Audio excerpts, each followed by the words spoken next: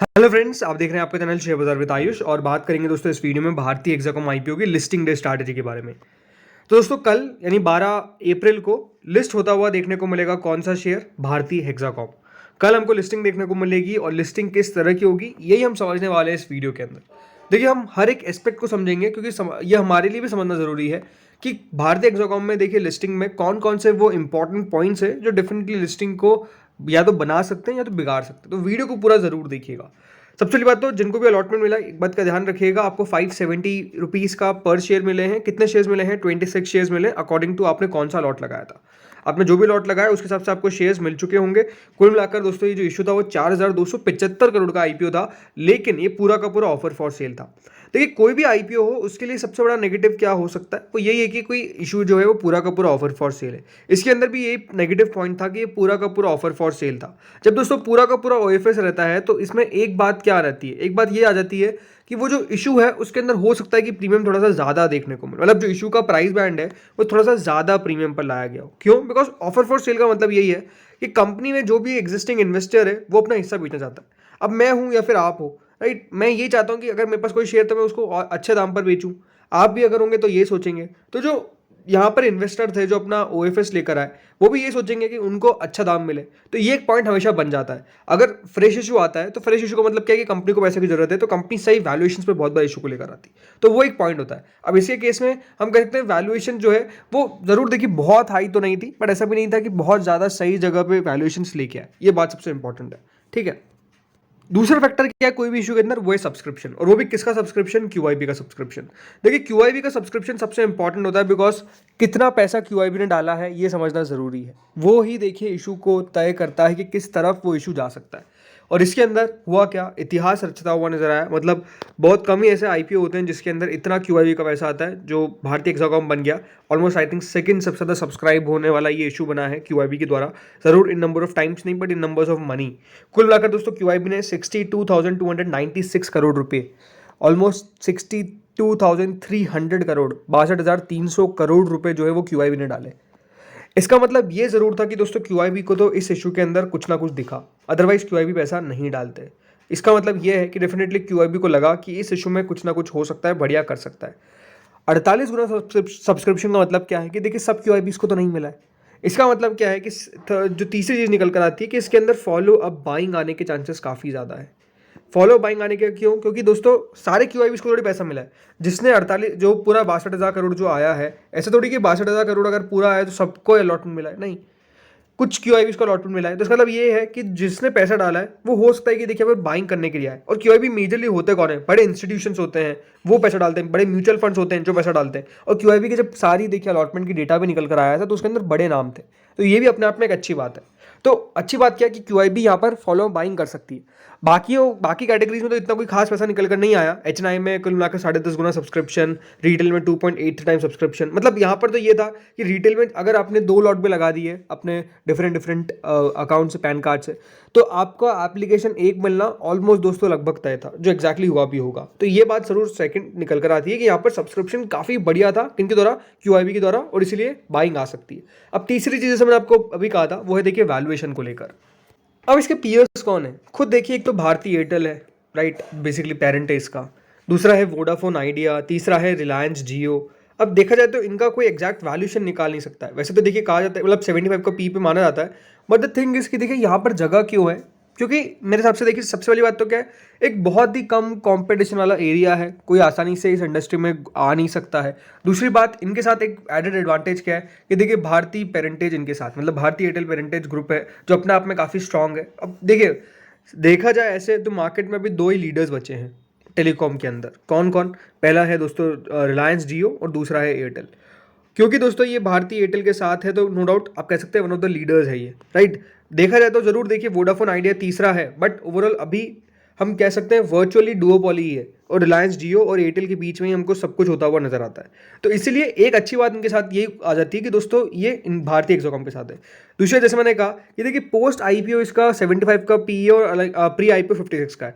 अगर हम pre IPO 56 का ले लेते हैं तो दोस्तों आप देख सकते हैं भारतीय एयरटेल 82 का पी पे ट्रेड करता है। बट क्या इसको भारतीय एयरटेल से हम कंपेयर कर सकते हैं? बेसिकली कंपेयर नहीं कर सकते। क्यों? बिकॉज देखिए इनका भारतीय एयरटेल का बहुत ब्रॉड एरिया है, भारतीय एक्जाकॉम का उतना ब्रॉड एरिया नहीं है। कंपनी मेजरली राजस्थान के अंदर आपको काम करती हुई नजर आती है, तो ये आप समझ सकते हैं कि देखिए डिफरेंस काफ़ी ज़्यादा है, राइट? ये सबसे इंपॉर्टेंट पॉइंट है।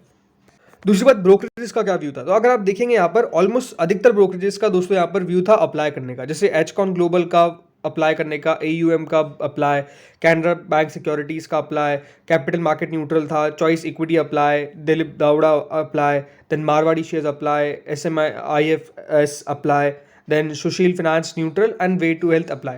बेसिकली अब आपको बताने की कोशिश कर रहा हूँ कि डेफिनेटली देखिए काफ़ी यहाँ पर अप्लाई की रेटिंग आई थी, इसको कोई डिनाई नहीं कर सकता है। तो ये तो कुछ फैक्टर्स हो गए दोस्तों जो नो डाउट इसकी लिस्टिंग पे डिपेंड करेंगे। तीसरा एक मतलब अब इसके बाद एक और इंपॉर्टेंट फैक्टर कौन सा निकल गया था, वो देखिए करंट मार्केट। हम ये कह सकते हैं कि एक खराब खबर आ चुकी है, वो यही है कि दोस्तों यूएस मार्केट्स में फॉल हमको देखने को मिला है, गिरावट देखने को मिली है। और गिरावट क्यों देखने को मिली है? जस्ट बिकॉज इन्फ्लेशन का डेटा अच्छा निकल कर नहीं आया और हमारा बाजार क्योंकि आज बंद था, तो इसका असर हमको कल के बाजार पे पड़ता हुआ दिख सकता है।